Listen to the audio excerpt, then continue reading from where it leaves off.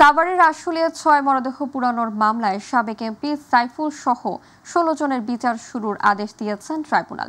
সেই সঙ্গে আলোচিত এই মামলায় পলাতক ৮ জনের বিরুদ্ধে গ্রেপ্তারি পরোয়ানা জারি করা হয়েছে।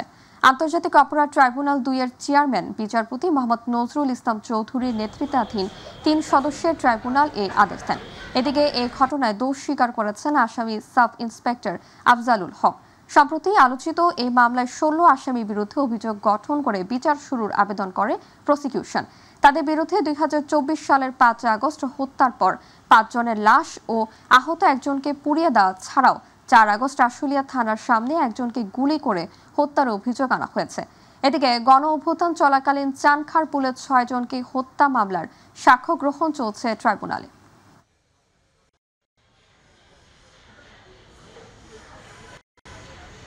৫ই আগস্টে ৬ জনকে গুলি করে হত্যা এবং অমানবিকভাবে পুড়িয়ে দেওয়ার দায়ে তাদের বিরুদ্ধে অভিযোগ গঠন হয়েছে।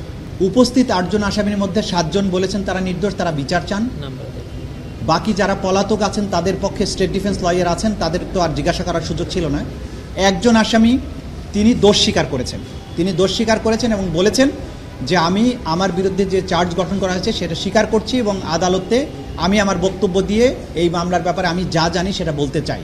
আদালত তার দোষ স্বীকার যে করেছেন সেই অংশটুকু তার বক্তব্য রেকর্ড করেছেন এবং তিনি আরও যে কথা বলতে চান, উনি রাজসাক্ষী হতে চেয়েছেন, আদালত বলেছেন এই ব্যাপারে আপনি লিখিত আবেদন দিতে পারেন, সেইটা আমরা কনসিডার করব কি করব না এটা পরবর্তীতে বিবেচনা করব।